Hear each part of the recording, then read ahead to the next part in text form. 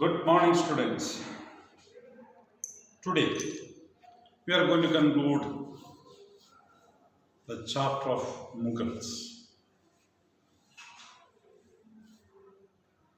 You know, the first Mughal emperor named Babur,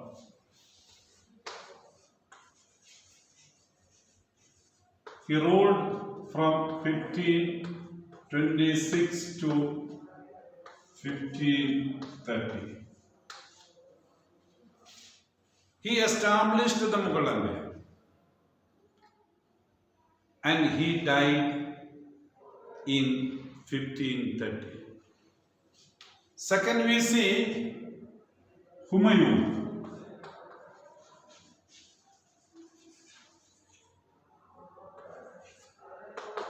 Humayun was from 1530 to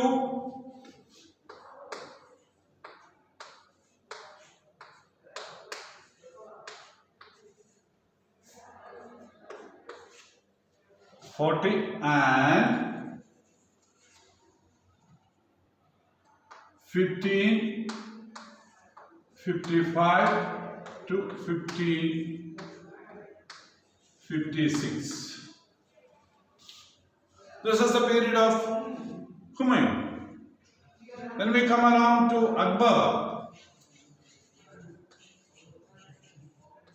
Akbar from 1556 to 1605. You see the period. So 1530 to 1605. Around 75 years, 3 rulers were there. And there is a ruler in between. That is Sher Shah. Sher Shah was there between. I will discuss that. Then we will come along to next Mughal emperor named Jahangir.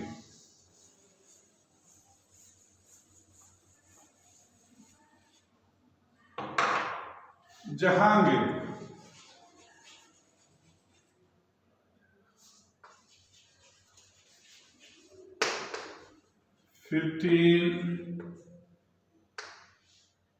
Sorry, 1605 to 1627. Shah Jahan.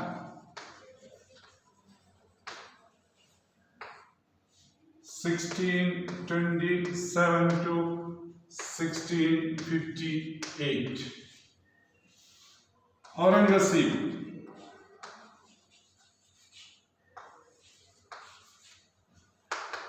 1658 to 1707.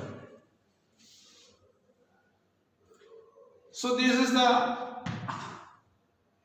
important Mughal rulers period. Then we see after 1707, modern age of Indian history starts, and the rulers who ruled after, they are called later Mughals, and the Mughal dynasty came to an end in 1857 when Britishers defeated Indian forces, the first war of Indian independence that you will study in 8th class. During this period, we come along important two battles of Panipat. We come along. One is battles of Panipat.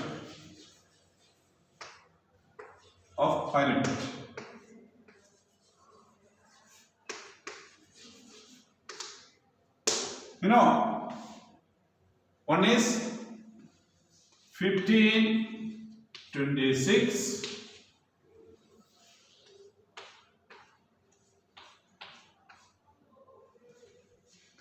1558. 1556,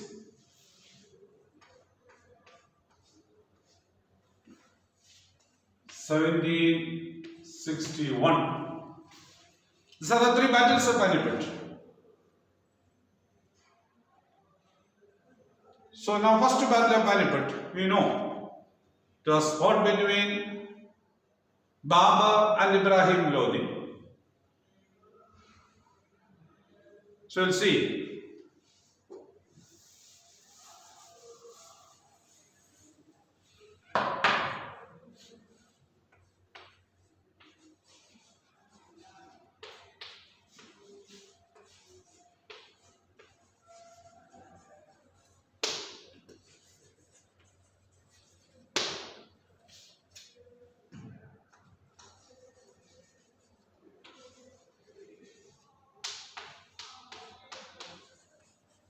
Hemo.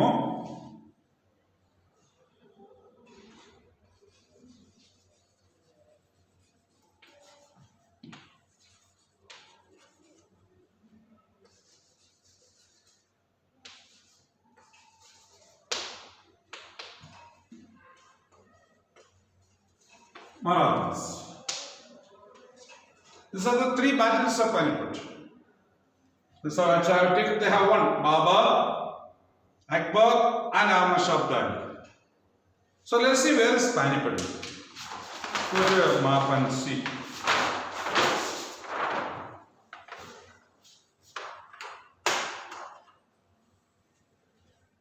This is a map of India, you know it.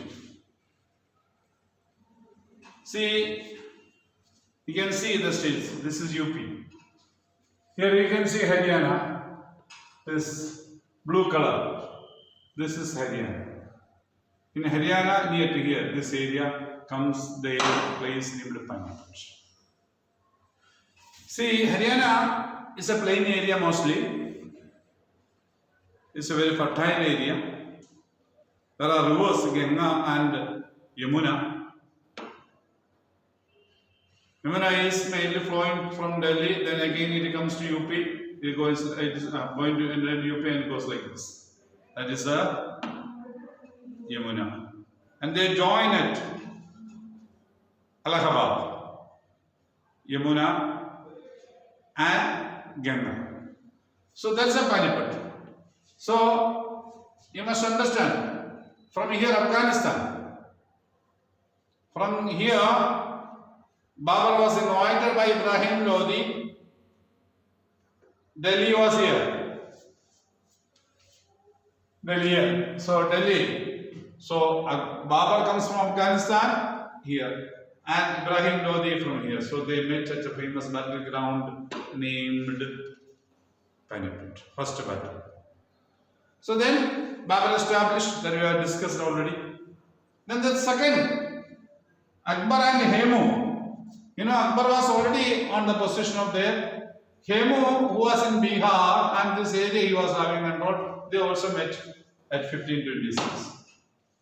Then the decline of Mughal Empire. After the decline of Mughal Empire, we can see that Marathas, who were becoming powerful, wanted to capture Delhi. So they came from this area, Maharashtra area. They were coming they were having hold in Rajasthan and some areas of Madhya Pradesh. Even some of these areas they were having hold with these Marathas. So they went. Ahmad Shah Abdali was coming from here to capture Delhi. Because both the teams were knowing that Delhi has become weak, or Mughals had become very weak, and they can control Mughals or capture Delhi and control India. But both of them collided at Panipat. There, the Marathas were defeated. So, the dream of Marathas to rule India was curtailed, was blocked because of this third battle of Panipat. They were divided into different groups. All those things we will study in 8th class, because That's a modern history we see. Okay, that is, Afghanistan. This is when we study history, in 7th class, there is no Pakistan. All this area is included. This, this area, Bangladesh. This is also part of India. Okay, all this all are part of this area. Somewhere not very independent units. There, Bangladesh is the result of 1971 Indo-Pak War. Okay, so war started on 3rd December. So that 1971-72 war, it is 71 war. So that is, so all still here the Mughals were having around the control till this area, some part of this. Not even this like this. They were having control of all these areas. Some of Nepal was not there. So this was the area under the control of Mughals. You must understand. This is China. They are not going to China. This is Nepal border. Nepal was independent. So these all the areas were ruled by Mughals. That you must know.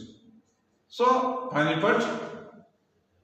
This is, Rajasthan, there, Rajaputs were having ruled, Gujarat, all these areas where the different centers of Mughal and Deccan. We know where is Bijapur. Bijapur comes here.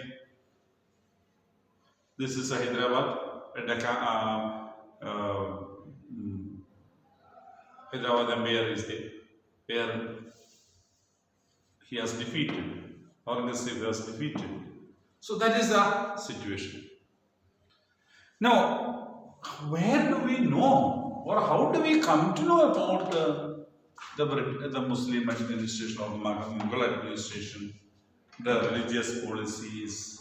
There are records written in the palaces, because there will be written orders from the kings. Those orders will be maintained, and somebody who used to make records, they used to write. And we come to know about Akbar from his book named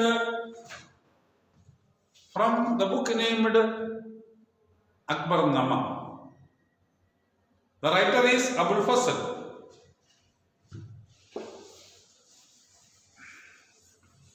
Abul Fasl has written. Abul Fasl is a writer. Abul Fasl.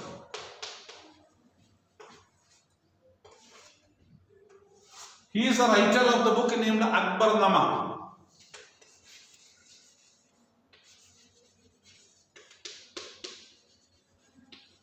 These are the Persian words, not Hindi.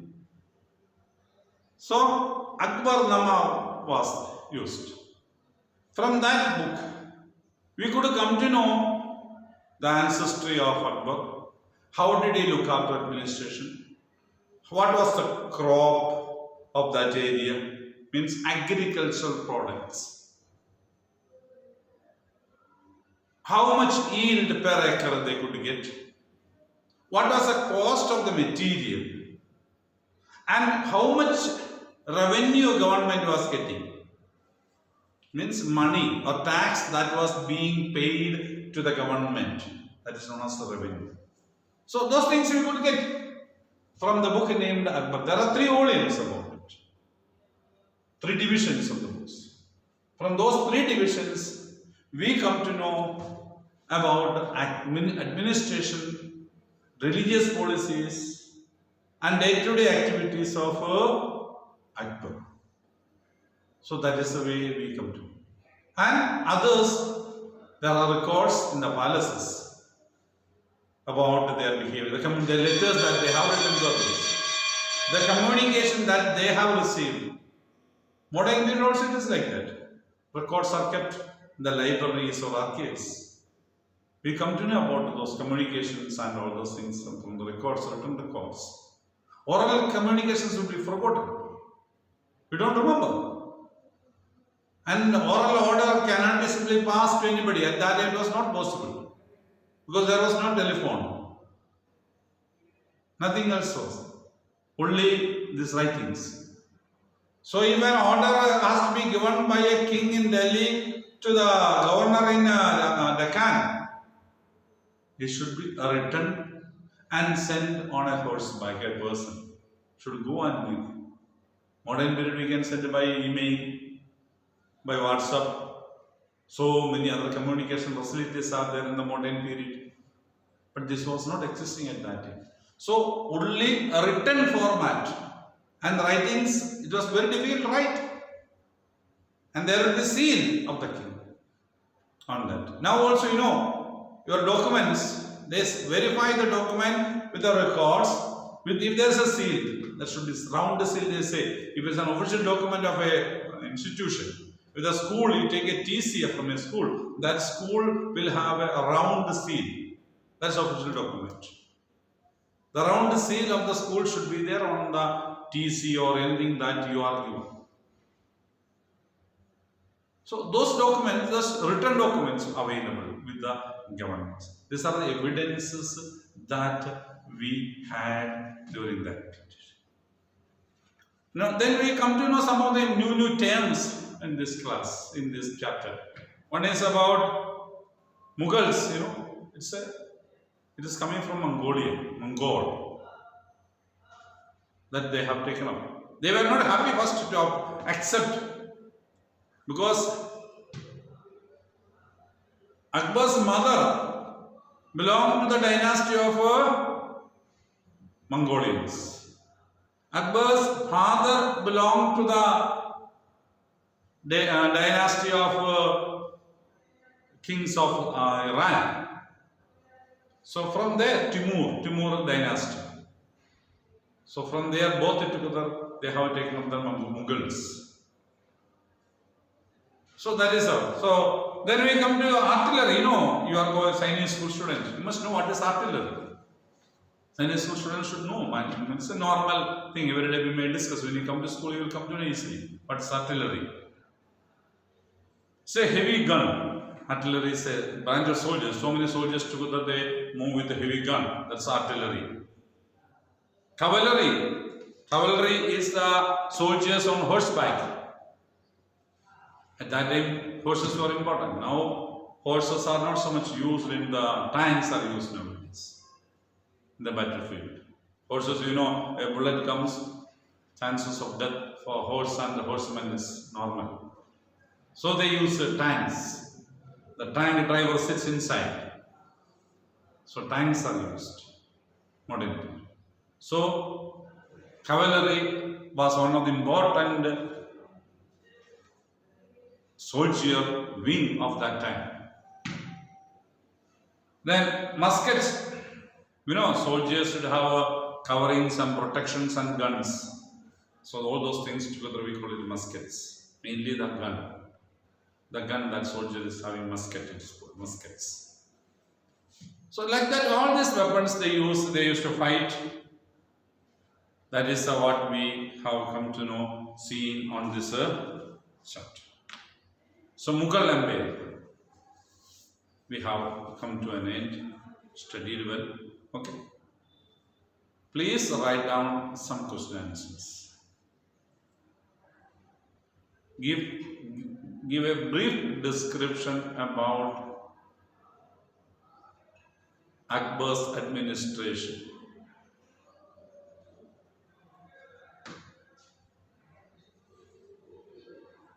How could Sher Shah become an important ruler in India? Who helped Akbar to look after administration when he was very young? Who are the members who helped Babur to capture Delhi? Which are the important monuments constructed by Shah Jahan? Please write down these things on your notebooks. Thank you very much.